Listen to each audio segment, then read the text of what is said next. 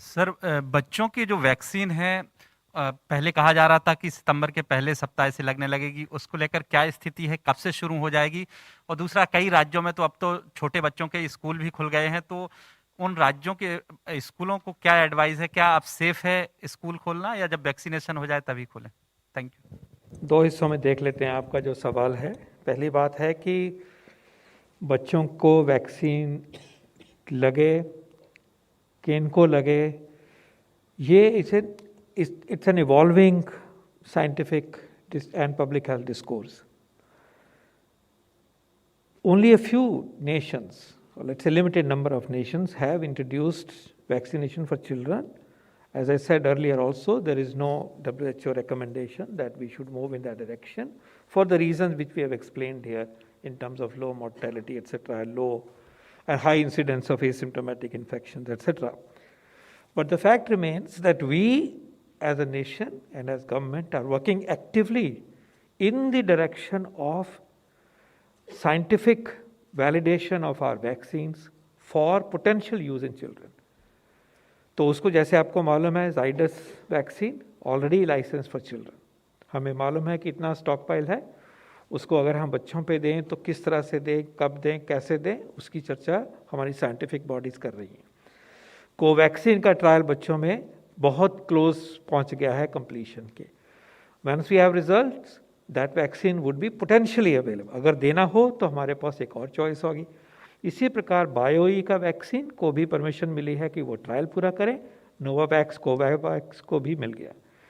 पहली बात तो ये अप्रिशिएट करनी चाहिए कि देश की धरती पर ये एक साइंटिफिक जर्नी सिस्टमैटिक तरीके से इस ग्रुप को वैलिडेशन के लिए, वैक्सीन की वैलिडेशन के लिए आगे अग्रसर हो रही है.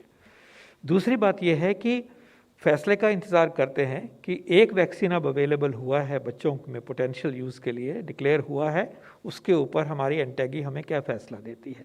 तो that is something that we would wait for. जो इशू आता है वैक्सीन से और स्कूल खोलने से, उसको हमें ये लेके चलना है कि स्कूल खोलने के लिए बच्चों को वैक्सीन लगे, ये क्राइटेरिया कोई भी दुनिया में नहीं मानते, क्योंकि स्कूल तब भी खुल रहे थे जब वैक्सीन का नामो निशान नहीं था. So that is not a criteria. No scientific body, no epidemiology, no evidence suggests that is to be a condition. However, teachers को वैक्सीन लगे, स्टाफ को वैक्सीन लगे, ये एक बहुत ही डिज़ायरेबल बात है और उस डायरेक्शन में बहुत ही कवरेज करने की कोशिश की गई है हमारे देश में कि टीचर्स को और स्टाफ को कवर किया जाए. और हमें लगता है कि लगभग बहुत हद तक वो कवर हो गए हैं, जिस तरह से अभी रिसेंट पास में उस पर एम्फेसाइज किया गया है. इसके अलावा पेरेंट्स का टीका लगे, ताकि बच्चे बाहर से लेके इन्फेक्शन आए तो कम से कम पेरेंट्स को वैक्सीन लगा हुआ होगा तो उनकी वो बचत रह जाएगी, वो उनको इन्फेक्शन नहीं होगी. तो वैक्सीन में बच्चों के लिए ज़रूरी नहीं, कोई कंडीशन नहीं. टीचर्स को होना चाहिए, highly desirable, and this is within our grasp. Parents को लगना चाहिए, that is within our grasp. लेकिन स्कूल खोलने के लिए लास्ट में ये कहना चाहूँगा कि ये जो प्रक्रिया है ये सिर्फ एक हिस्सा है.